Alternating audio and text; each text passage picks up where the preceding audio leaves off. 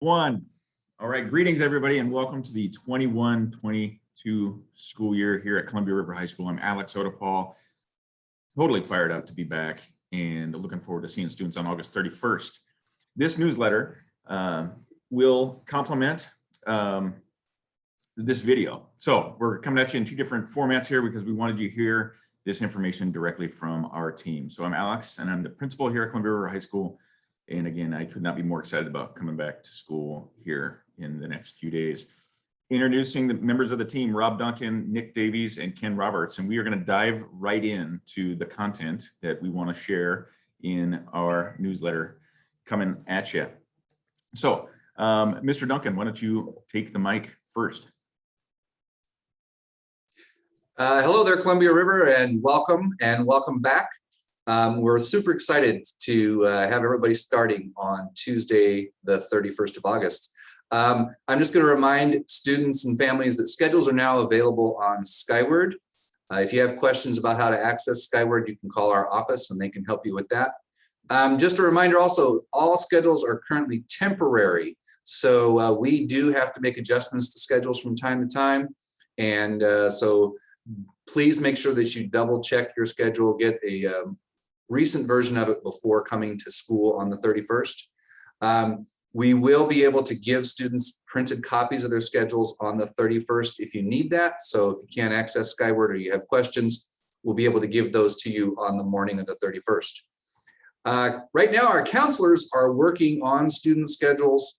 We're getting new students' schedules and working on schedules that maybe students have holes in their schedules or maybe don't have a schedule at all. So that's their current focus. We want to get everybody in their classes. Please remember, on the first days of school, we need students to follow your assigned schedule.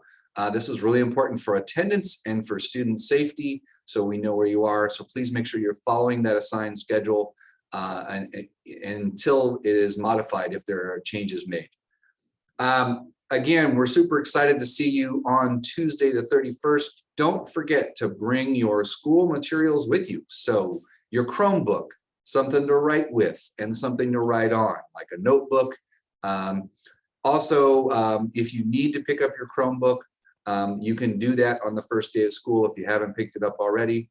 As always, if you have any needs for materials, please contact our office or the counseling center and we can make sure that we get you set. We want all our students ready to learn on Tuesday, the 31st. And breakfast and lunch will be hot and ready to be served in the case that you don't bring your lunch from home. All right, well done. Thank you, Mr. Duncan. Let's hear from Mr. Ken Roberts. Well, thank you, Alex Odepal. I appreciate it. I'm Ken Roberts. I'm the Activities Special Services Associate. I work with 10th graders, and I talk to you about a few activity-related events and some other important information.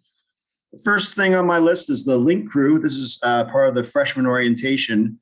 Freshman orientation will be on Monday, the 30th, between 12:30 p.m. and 3 p.m. The freshmen will then again meet with their Link Crew leaders at 7 o'clock in the morning on the first day of school, the 31st, where they will have a short orientation and then be escorted to their classes. So we appreciate the Link Crew, Miss Buss and Miss Flack for putting that on. Great way to get our freshmen through the doors on the first day. Second item is parking. We have some information on parking. We have two lots, main lots at Columbia River High School, the east lot, which is by the main entrance, and the west lot, which is the back of the school. The west lot should be ready. It looks like it's going to be ready by the first day of school. So that's where we want students to come and park on the first day. There's also, and then the east lot is for faculty. So students, please do not park in the east lot, which is by the main entrance. There is a section in the east lot. If you go through the main entrance of the east lot and you look to the left, we have this small part of the parking lot we call the Cove. And that really we'd like to have for Cascadia Tech students and possibly Running Start students to start the school year. We will, after the 500 wing building is complete, start looking at assigning parking, and that should be the first week of October.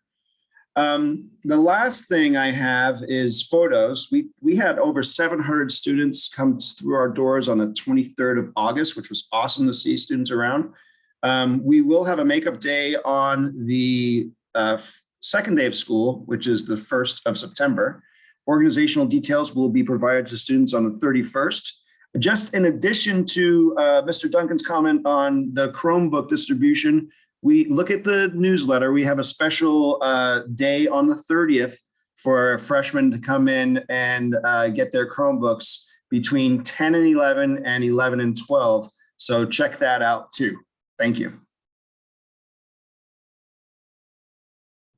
Mr. Roberts, thanks for all that information. Just really quickly, for a family that's just dropping off their student and for all students coming onto campus, we are all entering through the front main hall next to the flagpole at the east side of our campus, right?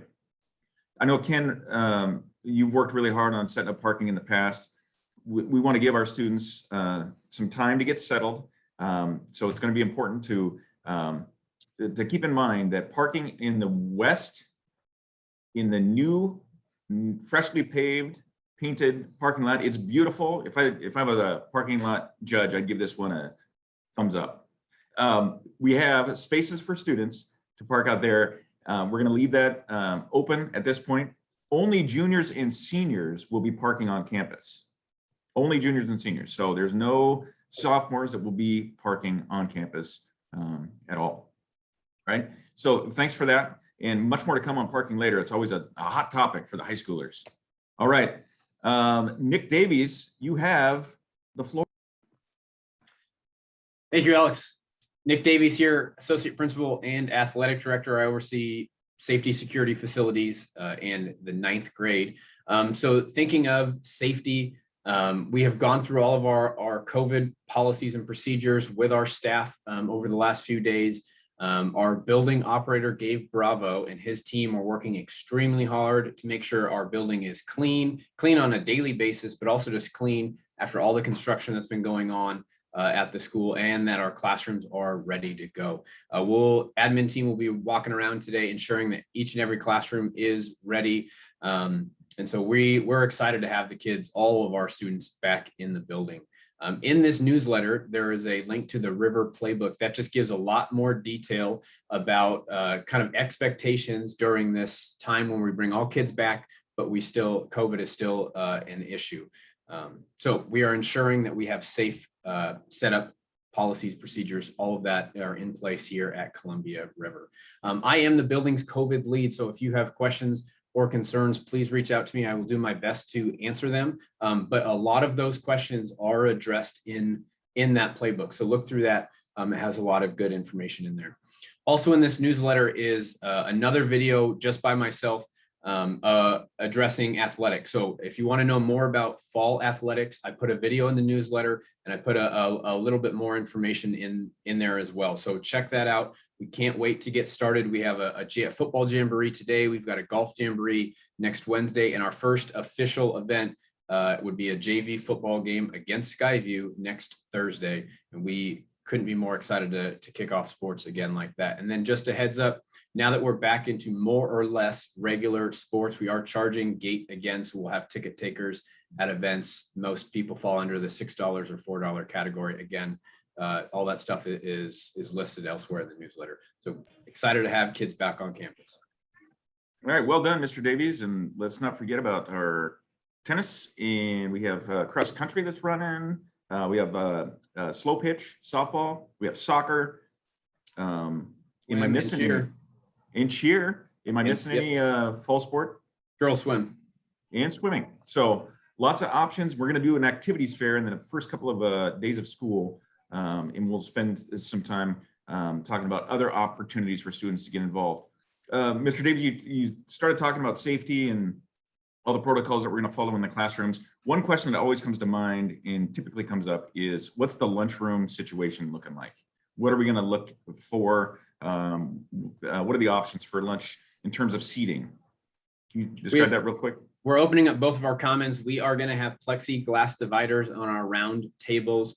We're going to open up our main gym, the Hoover Gymnasium, which we had last year. So that adds a large number of seats that we can have. Our courtyards are open. We're also going to add tables, which aren't normally out there. We'll add tables under covered areas so students can choose to sit outside as well. And in the coming days, we should have a 60 by 40 tent that we're also going to set up to add additional outdoor seating. So kids are going to be able to sit in many different locations, be able to space out and take those masks off to eat safely. We also have the option for juniors and seniors who have an off-campus pass to leave campus and eat elsewhere as well.